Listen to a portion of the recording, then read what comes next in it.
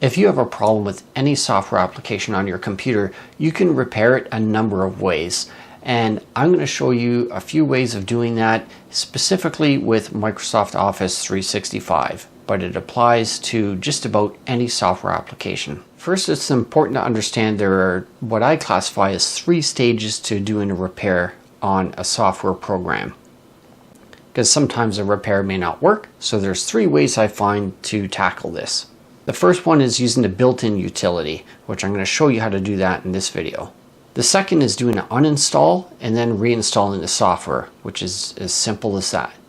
The third method, if all else fails, is to uninstall the software, but when it's uninstalled, delete all instances of the location of the program files throughout the computer, including the registry keys, and then reinstall the software fresh. But make sure that you do a backup first, because there may be some configuration settings, if not the database itself, that you're going to wish that you had a backup of first after that fresh install.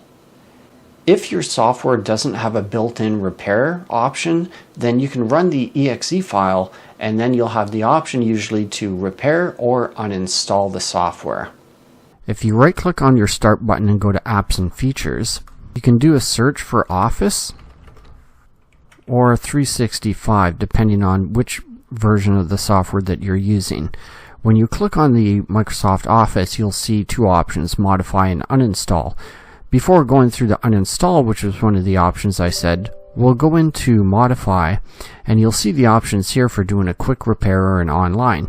And it tells you the quick repair will fix most issues without an internet connection. So the difference is that with the online repair, you do need an internet connection. It can take longer depending on the speed of your connection. So doing a quick repair, it says, are you ready? We hit repair and basically just wait for that to run through.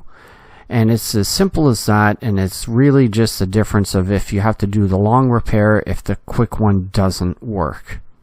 And remember my 3-step process that I told you, that if the repair doesn't work, then you can always try uninstalling and reinstalling the software, and if that doesn't work, then uninstall it, deleting the registry keys and any other files on there. And if you want a detailed walkthrough on how exactly to do a fresh clean install like that, then let me know in the comments below and I'll make another video specifically with the details on doing a clean install.